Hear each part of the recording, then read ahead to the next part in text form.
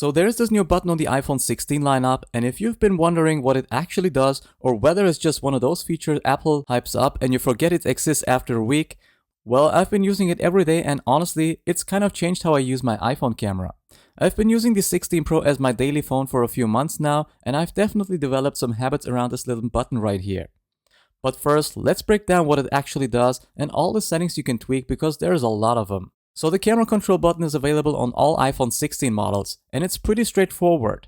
Press it and it opens the camera no matter what you're doing. You could be in an app, on a lock screen, or just picking up your phone. If your screen is off, pressing the button will wake the display first unless you change this one little setting. If you go to Settings, Display and Brightness, there's an option at the very bottom called Require Screen to be on. Turn that off and boom, pressing the button opens the camera immediately, even from a completely black screen. Super handy. You can also customize how the button works. In Settings, Camera and Camera button, you can change it from a single press to a double press. That way you avoid accidentally triggering the camera when you didn't mean to.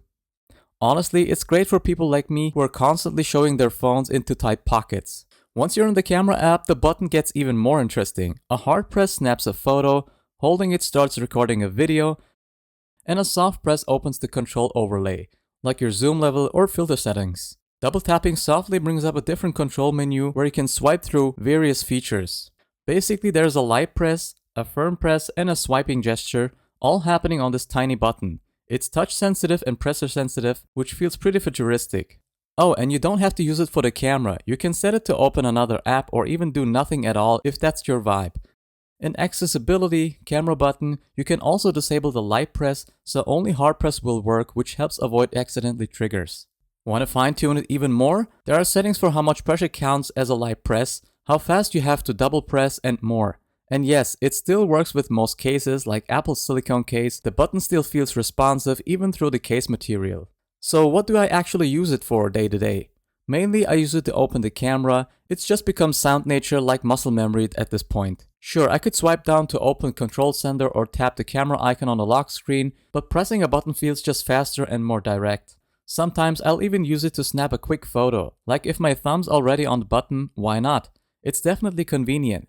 That said, I don't love using the light press or swipe functions when I'm holding the phone vertically, especially with the larger Max model. It's a bit awkward, at least for me. On the smaller 16 and 16 Pro, it feels slightly better, but still not perfect. In landscape though, the button placement is actually great.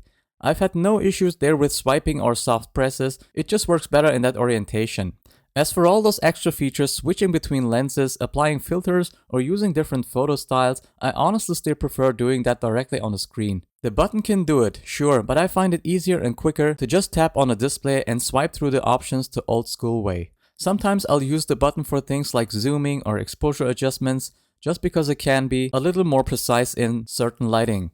But for the most part, it's all about quickly opening the camera and occasionally snapping a shot. So I've used the new camera button a lot, but mostly just for launching the camera and taking photos. All the extra stuff, cool to have, but I reach for it only once in a while. But what about you guys? Any iPhone 16 or 16 Pro users out there? Are you using the new button or did you turn it off after 2 days? Let me know in the comments. And if you haven't subscribed yet but want more iPhone related content, hit that subscribe button. Alright guys, hope you enjoyed this video and I'll see you in the next one.